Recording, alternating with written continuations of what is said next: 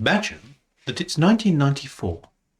You've gone to your local shopping centre, you've avoided the lure of the cassette tapes for several weeks, you've saved up your pocket money, and you have gone to the computer game store, and you have purchased this.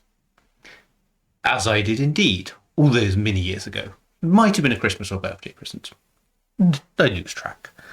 So yes, this is my original Transport Tycoon CD-ROM box. Very, very exciting in those days. This was still the tail end of the floppy disk era. In fact, I think you could get this on floppy as well. It's not a big game. If you look at the CDs, only a tiny, tiny proportion of the data would have been used. So yes, the Transport Tycoon box. There we go. Lots of PC screenshots, and this was late enough as well. Early on, when you used to buy PC games, they used to have fantastic screenshots, and then they would turn out to be from the Amiga or the Atari version. You'll get sort of a horrible EGA version. By '94, PC games looked good, and so we have on the side here we have something interesting. I don't know if you can see that. I think it's getting obliterated by the light, but there is a little technical information sticker. This is IBM PC 386, 486, Pentium, and most compatibles. But this is a sticker. This must have been a late edition that the tech specs had changed sort of at the last minute. And this obviously is not perfect condition, but it's fairly good condition box. I didn't want to go ripping the sticker off. So if anybody has one of these that's torn and wrecked, wishes to take that sticker off and find out what the last minute's addendum to the tech specs was, I'm very interested to know. But anyway, let us open this up. This is 1994. I'm very excited. You've been playing the demo of this, which only lets you play with trains for 2 years. And you really want to open this up because you want to play with road vehicles. So what do we have in here? This is lovely and complete. So we have, most important thing, of course, the CD-ROM. So let's look after that. We should be installing from that in a moment. You have a lovely game manual as well. So this is the joys of the Microprose game manuals. This is possibly the tail end. They used to be massive thick books. The Civilization one certainly was huge, but there's lots of things on game controls. And I know sometimes when people play OpenTTD now, they go, where's the tutorial? And so there were rolling tutorials in this, but this was also kind of your tutorial. You read this in the car on the way back from the game shop. You learned about the game before you would play it. So, and that warranty registration card. So there we go. That's very important. I should kind of feel I should have filled this in by now. This, so what is your machine? It's not a 386, not a 486, not a Pentium. It's an other, and it's above 33 megahertz. I think this might be a little out of date. There's a wonderful thing of these here. There's a wonderful catalogue of what Microprose games you might have been buying in 1994. And obviously Transport Tycoon in my case, but could have been buying UFO, Enemy Unknown, XCOM, buying Master of Orion, Master of Magic, Pizza Tycoon. Yes, wonderful nostalgia. A technical supplement. So these kind of were kind of last minute things we've realised about the game that you might want to know. So there's some additional UI things which are added with some shortcut keys. And there's a few things. Note here, pretty difficult with PC. If I can actually get that 3.5-inch games. So there is yet another technical supplement. Now we have the technical supplement for Microprose CD-ROM titles. That's telling us what could go wrong with our CD-ROM game and how to fix it. But there we go. Lovely preserved box contents. I looked after my games, at least the ones which were that I kind of knew I'd be playing for many years. And anyway, let us take this, the most exciting bit now that we are home, we are in the computer room, and install it. So here we are at the DOS prompt. Let us go to our CD drive, which obviously 1994, we've only recently installed this. And type install, as the technical supplement or manual have recommended us to do. So there we go. So here's the installer. I love that lovely sort of 90s thing of watching things slowly rasterize graphics. This in itself would have been quite something, because the installer comes out straight away in SVGA, 640 by 480, which was high resolution at the time. That gives you this option to install games. So I'm going to install to TTD Tycoon, I think, and then install there.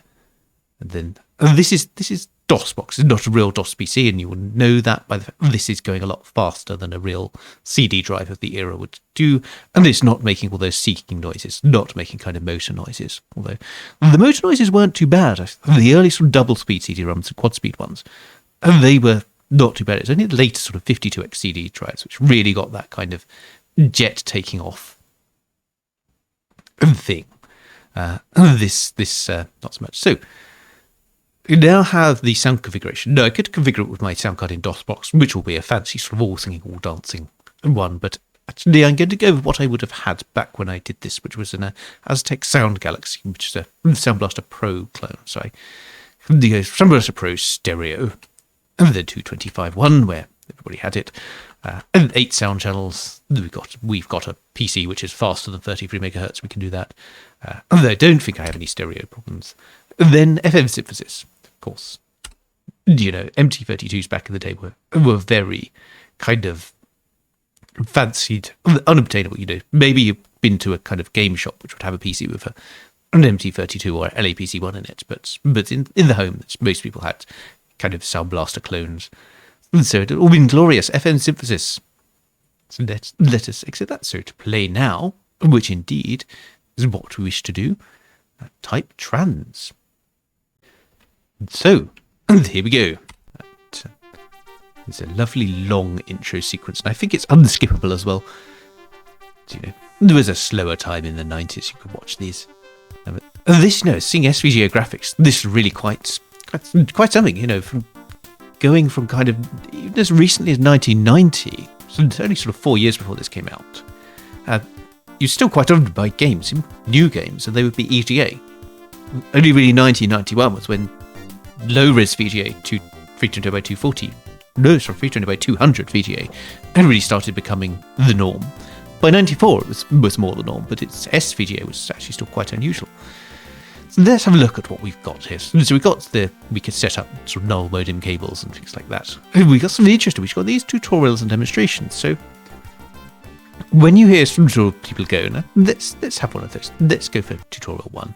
A little bit mystical as to what each tutorial is. The manual tells you, but when you see people sort of on, Steam community or wherever, sort of going, back in my day, we just figured it out from scratch. We didn't have anything telling us how to do it. Well, you see, that's not quite the case, because you had the big printed manual. Let's see if you had a retail copy. But even if you had pirated it, and then let me tell you, someone who used to set this game up to run without needing to put the CD in, it was astonishingly easy if you wanted to pirate it. I think the biggest thing you'd have had to figure out was how to get it onto kind of 3 or 4 floppy disks to share it. And I never did that. I had respect for the game, but it would have been staggeringly easy if you had wanted to. Yes, so even if you had a sort of hooky copy of it, didn't have that manual, you still had these kind of tutorials which kind of just played themselves and sort of showed you kind of a little bit about how the game worked. We didn't really explain why, and I know these have kind of gone from OpenTTD, but they were never that great. They're kind of a bit slow. They don't really teach you that much. They don't really tell you why you're doing the things you do. I think I used to make quite a lot of mistakes as a result of it. So you'll see this, for example, it starts building bus stations. It takes a long time to tell you, oh yes, this is how you select the orientation you select. A different one. So these kind of gave away enough how to teach the game, but really you can just watch someone on the YouTube do it. You can watch Master Hellish or Lugnets or any of the other people who do tutorials, or God forbid you could try to copy Timberwolf, but don't do that. We know that's awful, because yes, this is a great thing. This tutorial actually makes a mistake, because that loading bay doesn't actually have any catchment area. Nothing can load or unload there, so the tutorial itself is even a bit rubbish. Yes, it's showing you kind of, yes, this is how you build new vehicles, and they kind of plays itself. So you did have these back in the day. These, can I skip this? Can we get out of this? Yes, I can. Let's have a look. It's a very primitive menu. game options. That's all you get. So animation level is palette animations. And the detail level is just things like fences that you can turn on and off. Then there's this mysterious switch. No idea what this is. This probably turns on and off a light in Chris Sawyer's house. Chris is in the light, Chris is in the dark. So it's probably the same time zone as me. So it's just an annoying light flicking off. So yes, not much in the way of options. Difficulty, and again, not that much there. And we shall do breakdowns now. The breakdowns are extremely frustrating in this game. And they don't even have some of the nice things that OpenTTD's done to make them a little bit easy. Let's have the competitor start immediately as well. Let's make this a little bit more difficult to account from the fact that I've made my and the intelligence of competitors high. Yes, there we go. There's some nice settings. So let's get into a game. One last thing before I do so. Very, very last thing is notice how kind of primitive the title screen game is. When people talk about, title screen games being sparse, you kind of forget the spirit of the original. It really doesn't have much in it at all. And the fact that, it does have the monorail, and this notes the different monorail as well with Transport Tycoon. Yes, anyway, new game. Let's go with that. So new face, so you don't have very many new face options. You need to call this, you can call manager eyebrows. You're going to call this, not quite a monobrow, so let's call it duo bow. I'm going to go look for an industry connect. So here's another wonderful difference to the map. There's no resizable window. There are two sizes. That's all you get. And note as well the industry colours difference. And so coal mines are actually grey. The steel mills are black. Power stations are red. So I wonder if I'd probably start off with some coal. So there looks like a nice easy coal route. No shortcut that I can. Yes, there's a coal mine here, and there's a power station over there. So let us build. And this is going to build a simple little one-track station. Now, note you can't drag the diagonals. You can only drag the straight tracks. And another thing here as well. You don't have don't have little foundations which let you build on slopes. You actually have to build on flat terrain. So we're going to have to do a little bit more sort of flattening than we normally would. And let's do that. Let's build a tunnel through there. This, I think, I'm not sure if my CD version has the infamous bug where you just build a tunnel across the map. That's interesting. The shift key shortcut to estimate the cost of something still works. And the remove is this little remove here. The bulldozer actually performs the function that the dynamite does in OpenTTD. So there we go. So we've got a little route there. Just going to build a depot. And there's also the colour here. So I'm going to try and set the colour of my company at the moment. But first I'm just going to build a coal train. And this is going to go to there. It's going to go to there. And I'm only going to go with that because industries like closing in Transport Tycoon. I think there may be a bug in my retail version might have a bug, which is that if ratings get too high in a station, the industry just closes. Or it might be some gameplay mechanics. It's disappeared from Transport Tycoon Deluxe. Yes, colour schemes. The colour schemes are different than the original. You see, we've got this dark grey, we've got red-brown, the yellow is a lighter yellow, we've got grey-green, which is kind of a little bit like dark green, but not quite. Gold, we've got grey, so this kind of attractive red-brown colour. That would be nice. Now what I'm going to do is, so let's build. So, get everything filled. Why does that want to do that? That's just me misclicking wildly. Okay, so I'm going to build a sort of let's make this a railway station actually. So build a railway station on the edge. and they're also going to connect a bus station to it. So you can't distant join stations. There's none of this sort of control key shortcuts, but you can sort of still have some sort of a station which is more mini stations in one. And then again, to build a rail station down here, so a railway between them. There's what bus services in the town. And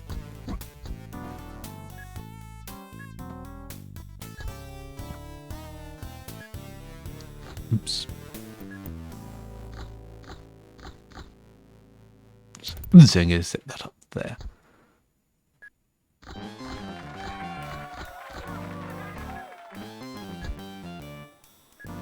Ooh.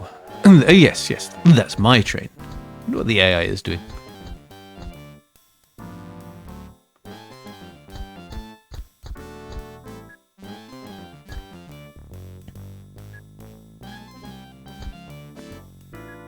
So it's a little route here.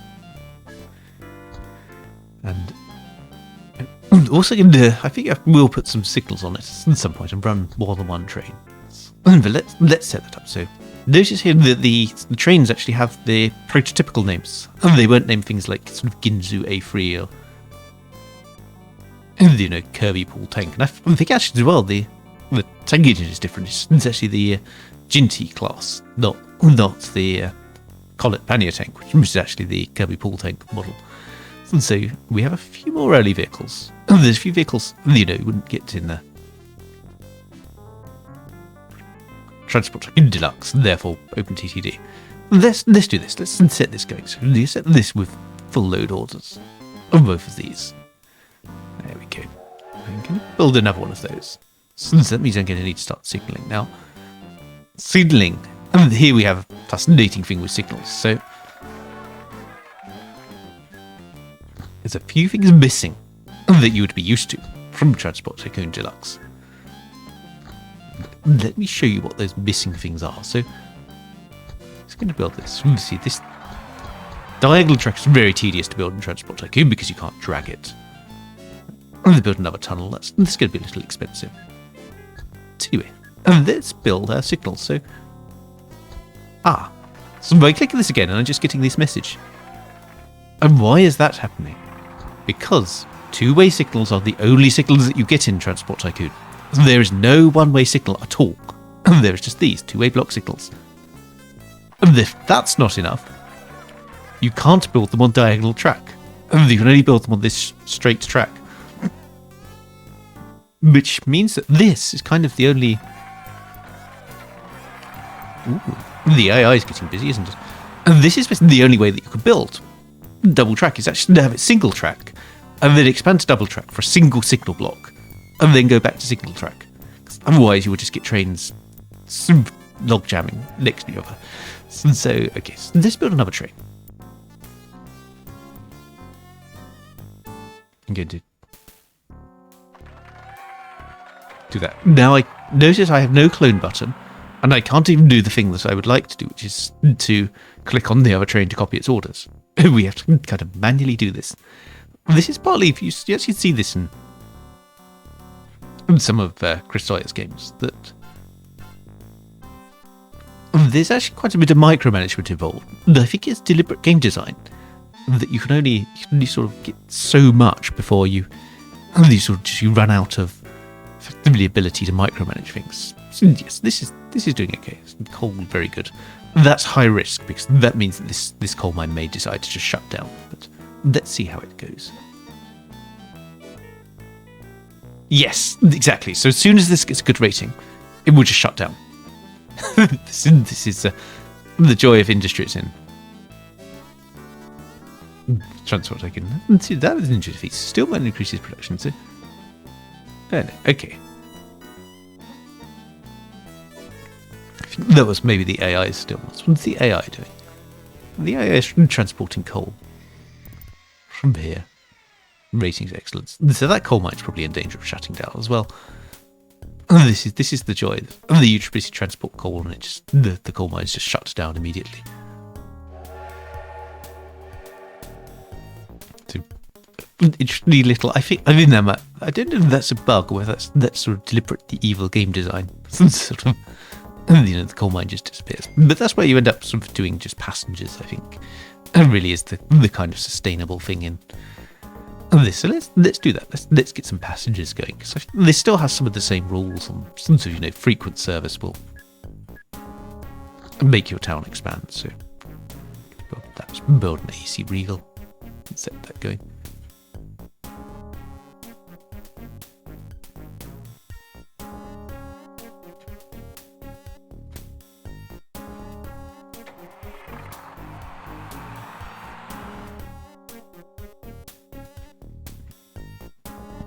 Ah, yes.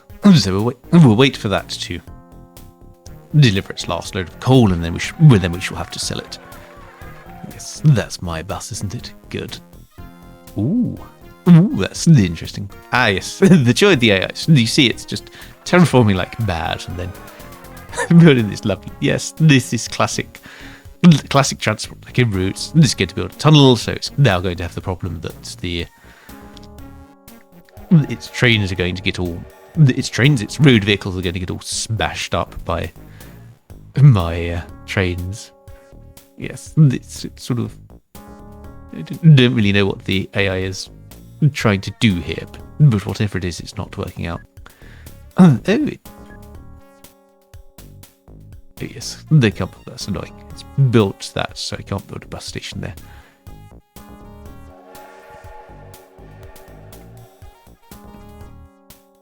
It's nearly fully loaded.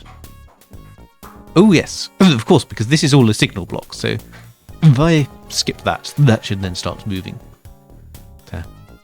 Yes. So there we go. So that is Transport Tycoon. Ah, yes, the lovely the farms. Of course, the farms don't have their big selection of fields. They just have this. They just have this sort of bright yellow kind of maize field around them, like they're growing and harvesting radioactive waste or something like that. Yes. So there we go. So that is Transport Tycoon, the original, what we had before even Deluxe, let alone OpenTTD. So I shall leave you with that there. I think this has been a nice little overview. Let's just wait for this train to unload its cargo of coal. And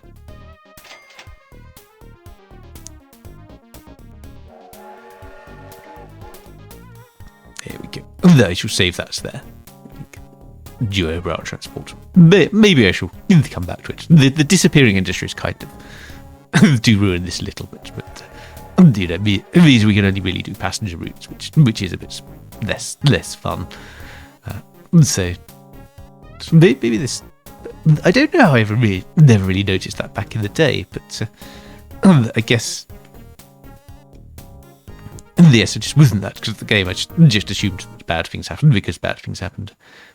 Maybe it's random. Maybe if I connect enough industries, it won't do it. But there you go. So yes, that was Transport Tycoon. Just going to save that yet again. Transports. So can I overwrite it? Yes, I can overwrite it. No warning for overwriting it. Just straight up ready. One thing, if I abandon the game, notice I can't quit it from the menu. That's something that's missing. You actually have to load a game and then quit it from there. Yes, I hope you enjoyed that little journey through my game collection, or what remains of it, and I shall see you in a future episode for maybe some more modern iterations of good old Transport Tycoon.